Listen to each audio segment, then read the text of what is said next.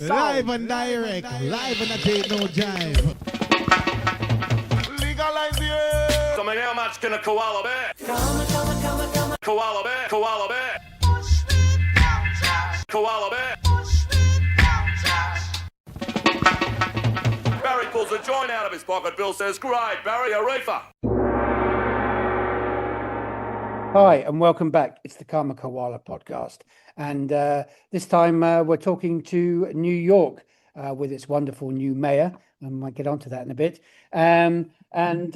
Speaking to Sasha Nutgent of Housing Works, spoken on the podcast to Housing Works before, and I was just interested to do a catch up on the New York market, how the regulator is operating, and what is ahead in 2026 in terms of retail, because I get my alert every Saturday morning, my time, and there's always about 8 new dispensaries. I mean, I can't work out how many there are, but it looks like, to me, we're heading towards a California oversubscription of dispensaries and a little bit of a retail collapse. But anyway, Sasha's going to tell me all that. Thanks for taking time to speak to me, Sasha. Welcome to the show. Well, thank you for having me. And yes, you're right to assume that the market is quickly expanding, and there may be something similar to California happening here. We do have rapid competition opening up left and right, and so that's been kind of a challenge for legal operators currently. Yeah, I'm sort of interested because I see a lot of these guys coming up on the alerts every week, and they've obviously been sitting and having to renew their licenses during the process. Yet when they seem to be live, they don't have websites that can work. You can't contact them. You don't really know whether they're owned by the original owner or whether the license is actually owned by an out-of-state operator.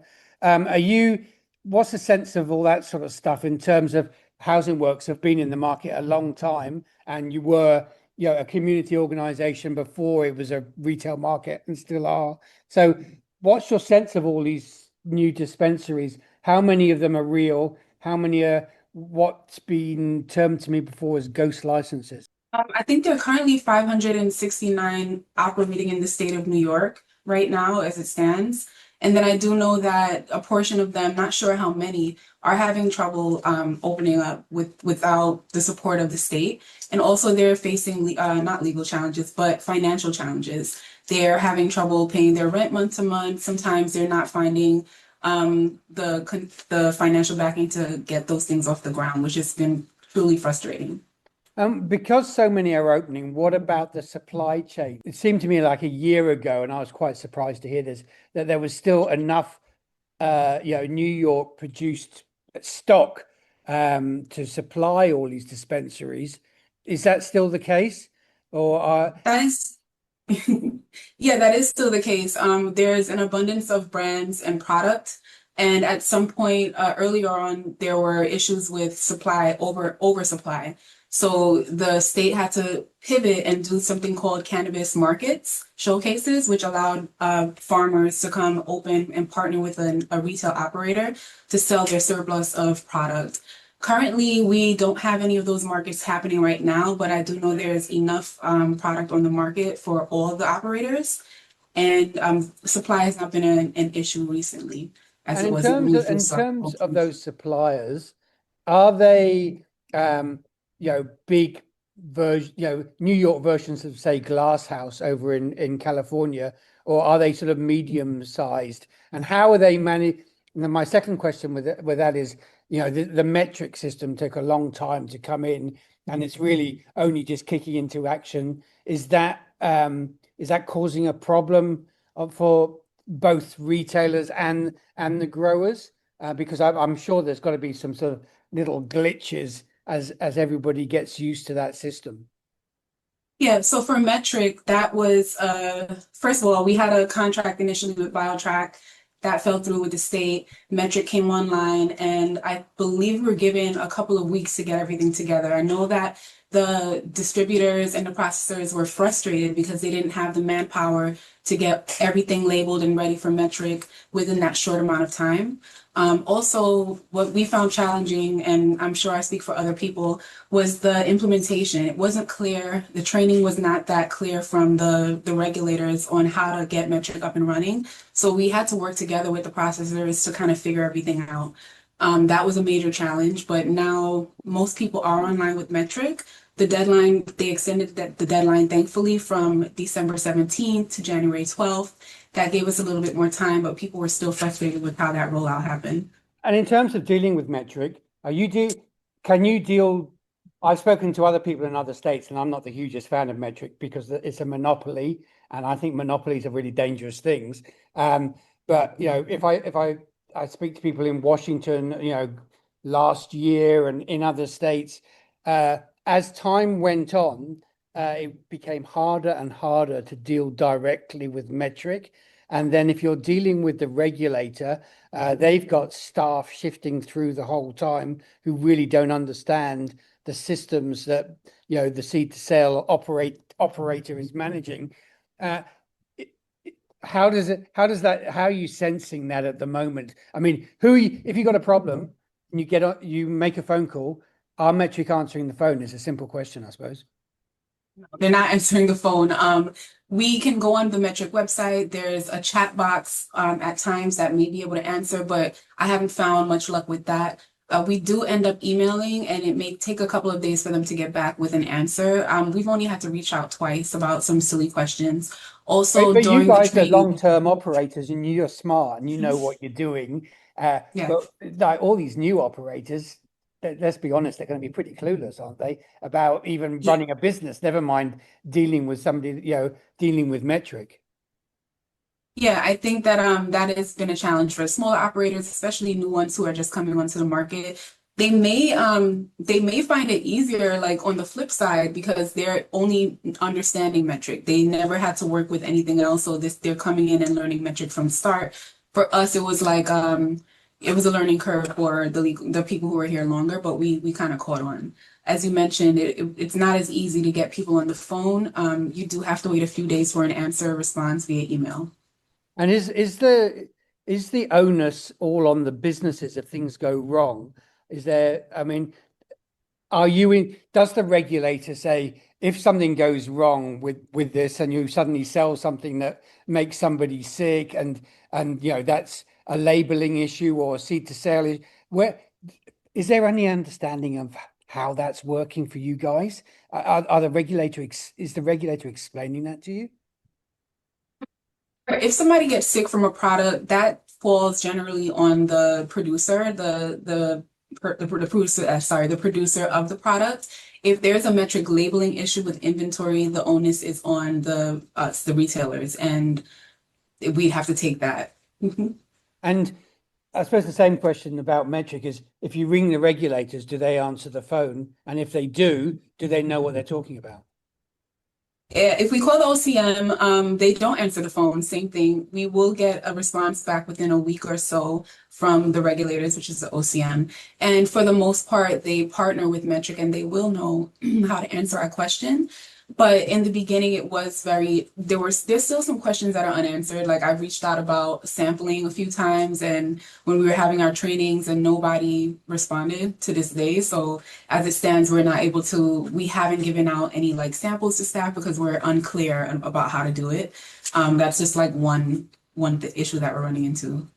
We are a little nervous. I feel like most people are nervous if we do get an audit because we're hoping we're doing everything in the right way, and I'm pretty sure we're following things step by step, but there is a little bit of gray area. Like, for example, I get the sense you probably know more than the person who's going to come in and audit, and then it's more likely they're going to get it wrong. But because they're the auditor, you'll be the one who is said to have got something wrong. I mean, look. I've been following regulators all over the country for 10 years.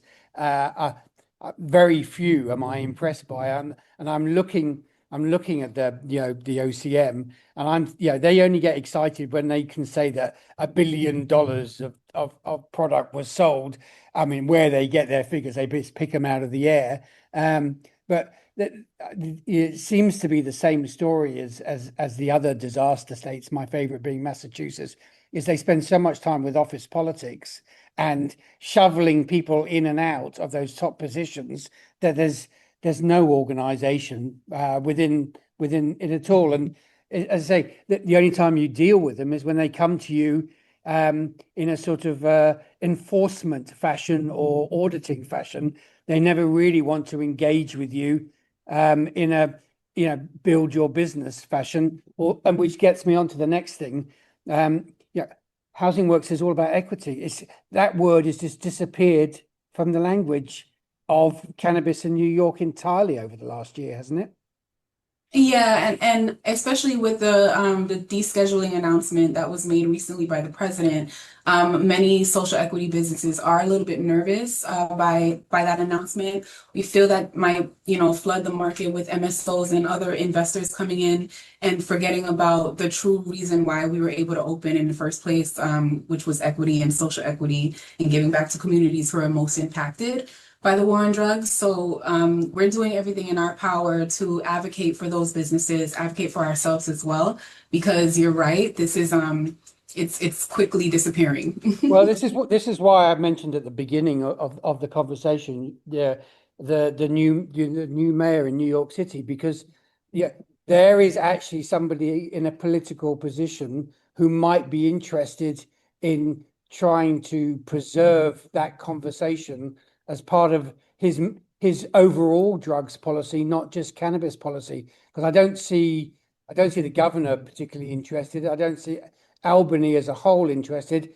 The OCM, as we've discussed, they just struggle along from day to day, doing whatever it is they do.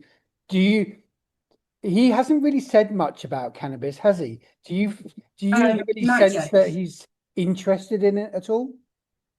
I think he may be interested further down the line. Right now, he's still getting his bearings as the new mayor of New York with so many other top of mind issues. What was really cool to know is that he did shop legally with us before he was elected as mayor, which I thought was really cool and interesting. He was the only candidate who admitted to it, which was great. So that means that he does understand some of the struggles that we're going through in the market. He has experienced the legal industry, and hopefully soon he'll turn his eyes to us and give us a hand. Yeah. So, I mean, what are you hoping for this year? I mean, so Housing Works, I presume, is a fairly successful business. You'd like to grow it. You'd like to, maybe open more or spread throughout the state a bit more. Do you think there's hope to do any of those things in the next 12 or 18 months?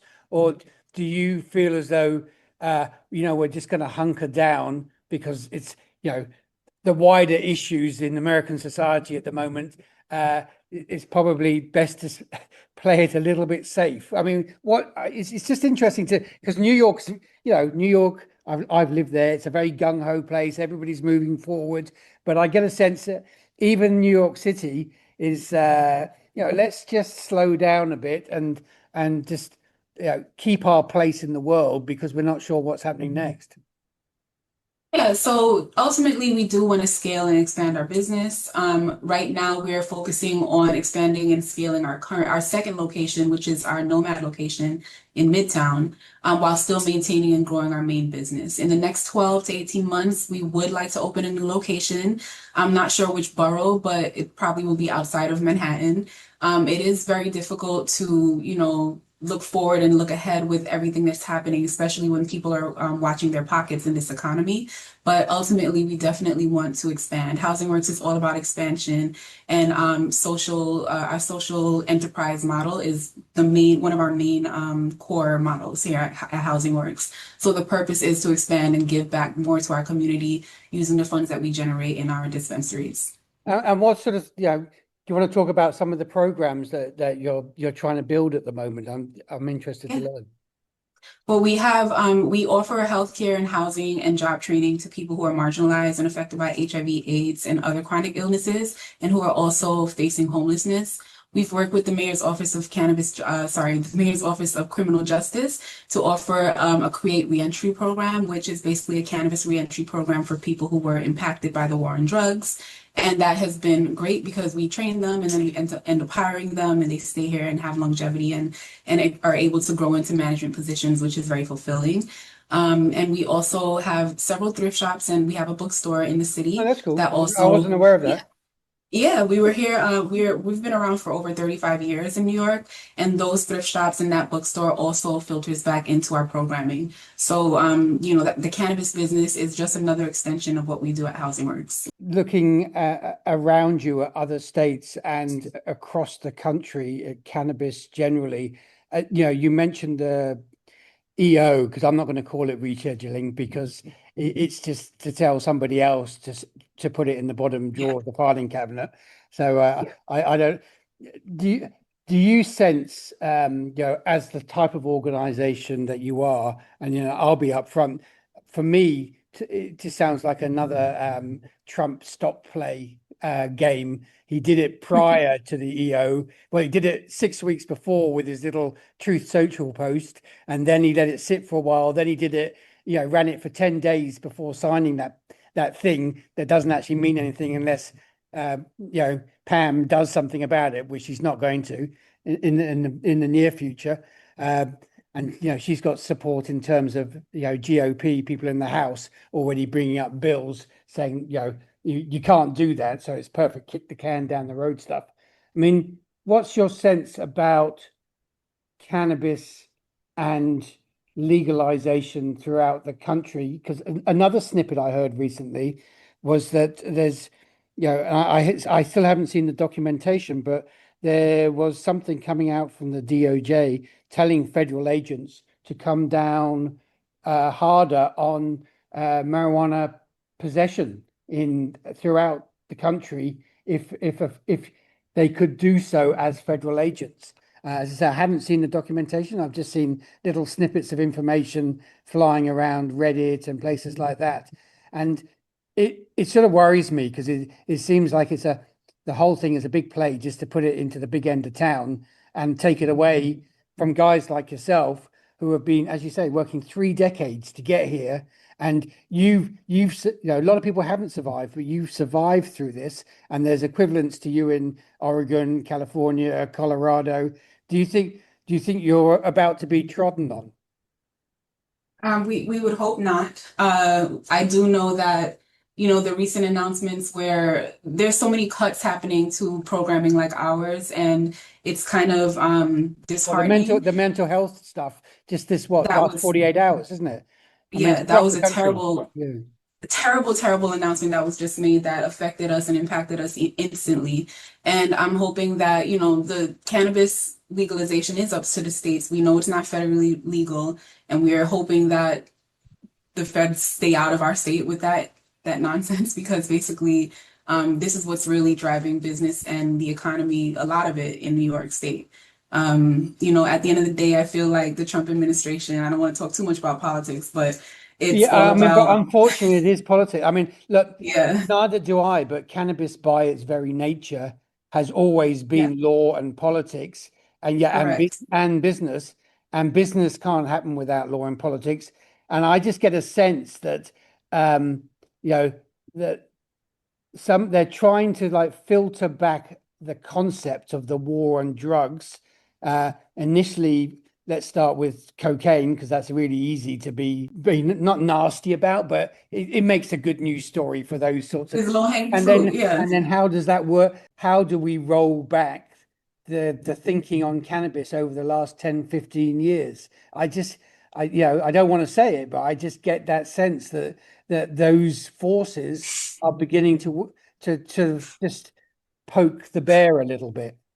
Yeah, and it's threatening to undo all of the hard work that, people have put in over the past couple of years to get this to get us legalized here. So I'm hoping that's not the case. But at the end of the day, the cannabis industry, like you mentioned earlier, has garnered over $1 billion in the state of New York over the past year, and money is very important to this administration. So hopefully they look at it that way. Hopefully, yeah.